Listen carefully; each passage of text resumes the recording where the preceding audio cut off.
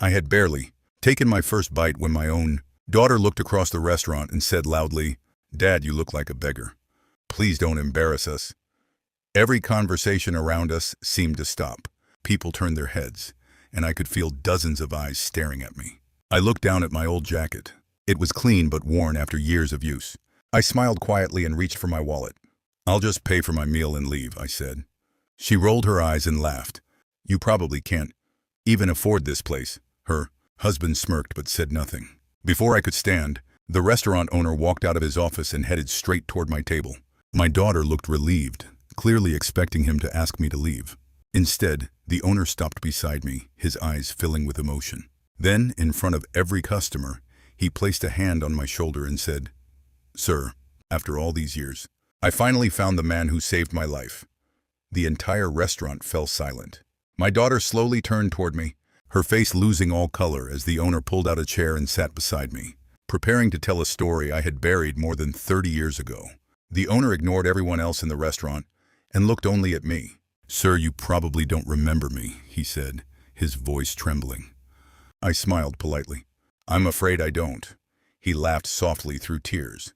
31 years ago, I was a 16-year-old dishwasher working behind a small diner. A fire broke out in the kitchen, and everyone ran outside except me. I was trapped. My daughter slowly lowered her fork as every customer listened. The owner continued, "You were just a customer passing by. You rushed into that burning building, carried me out on your shoulders, and disappeared before anyone could even thank you." I finally remembered the terrified young boy covered in smoke. "You survived," I whispered. He nodded. "Because of you. The doctors told my mother I would have died if you had reached me even 1 minute later." He smiled around the restaurant. "Everything I own today exists because one stranger refused to leave me behind." My daughter stared at me in complete disbelief. She had never heard that story because I had never told anyone. I never thought saving someone's life made me special. Before I could say another word, the owner snapped his fingers. Every waiter in the restaurant stopped working. Then he made an announcement that left the entire room speechless. "Ladies and gentlemen, today's meals are free. We are celebrating the man who gave me a second chance at life."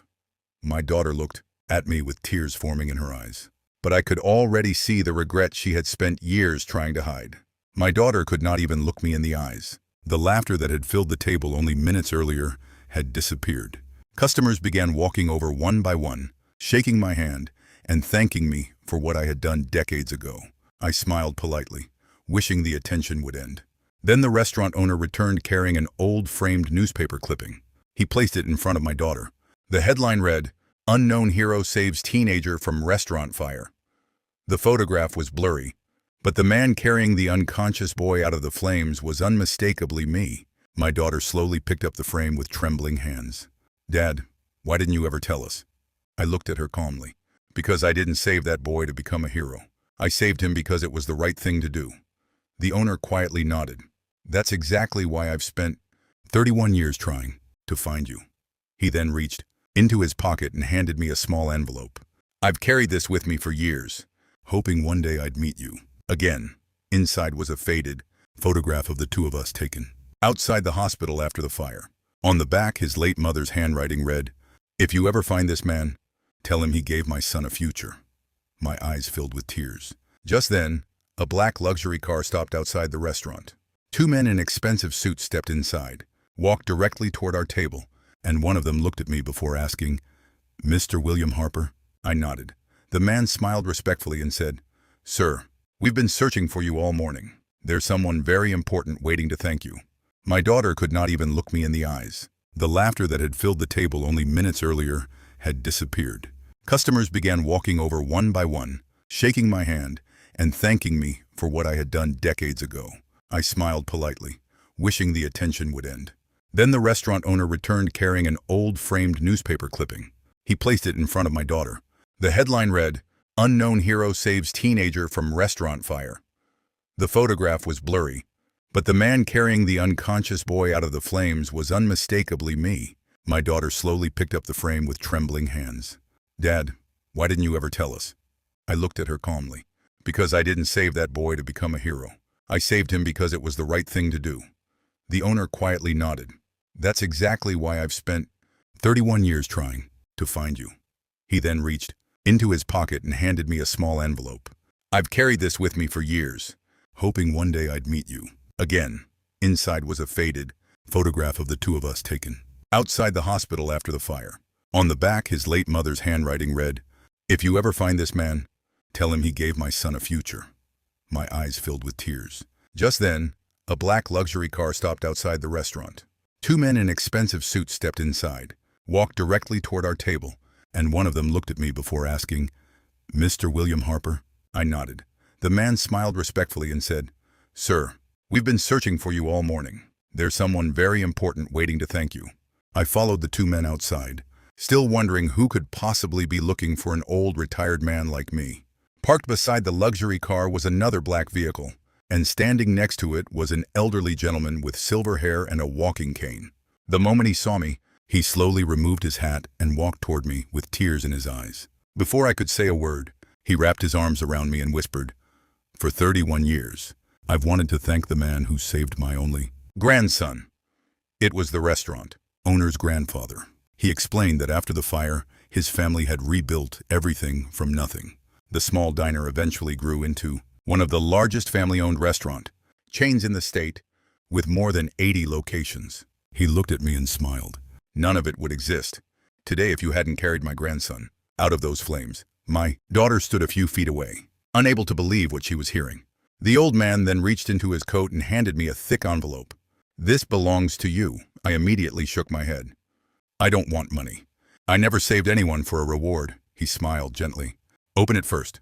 Inside was not a check, but an official document naming me the lifetime honorary founder of their entire restaurant group.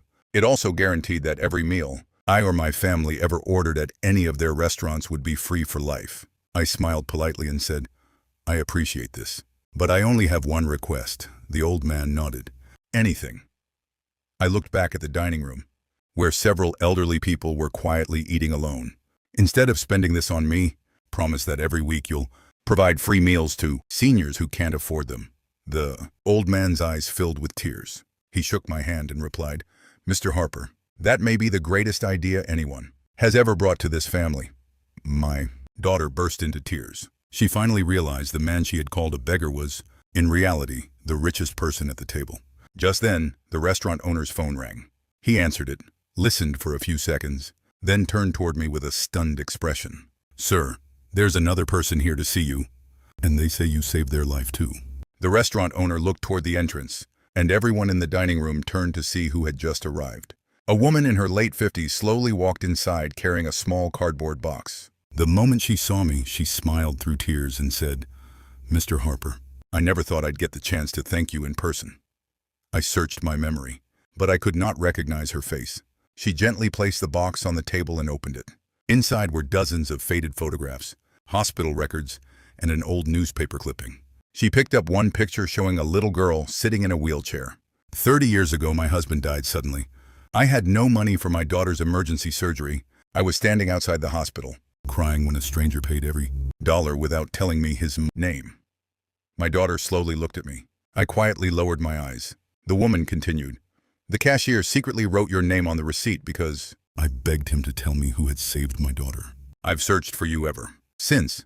She pointed to the smiling young woman standing beside her. "This is that little girl. Today she's one of the best pediatric surgeons in the state. Every child she saves exists because you gave her a chance to live." The room became silent once again. My daughter covered her mouth as tears streamed down her face. "Dad, how many lives have you changed without ever telling us?" I smiled gently. "I never counted. Kindness isn't something you keep score of." The restaurant owner looked around the room before speaking. "Today started with someone calling this man a beggar." He paused before continuing. "Now I think everyone here understands who the richest person in this restaurant truly is." My daughter stood up, walked over to me, and dropped to her knees in front of everyone. Holding my hands tightly, she whispered, "Dad, I don't deserve your forgiveness, but I'm asking for it anyway." Before I could answer, a voice from the back of the restaurant interrupted us. "Mr. Harper, there's one more person outside who says your kindness changed his life forever." The man waiting outside looked to be about my age. He walked slowly with the help of a cane and carried nothing except an old leather wallet. The moment our eyes met, he smiled and said, "William, You still don't recognize me, do you? I apologized and shook my head. He opened his wallet and carefully pulled out a faded $20 bill sealed inside a plastic sleeve. 35 years ago, I was homeless. I hadn't eaten in 3 days. Most people walked past me as if I didn't exist, but you sat beside me, bought me dinner, and slipped this $20 into my pocket. I looked closely at the bill. In one corner was my late wife Margaret's tiny handwriting.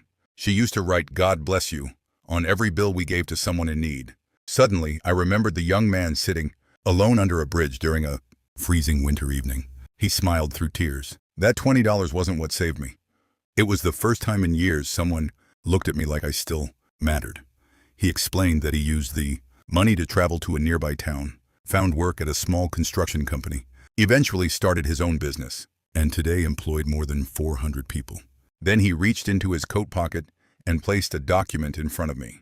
Every year my company donates thousands of meals to seniors because of what you taught me that night, that kindness can rebuild a life. My daughter could no longer stop crying. She wrapped her arms around me and whispered, "Dad, I spent my whole life chasing people with money while never realizing I was raised by the richest man I would ever know." I gently held her shoulders and smiled.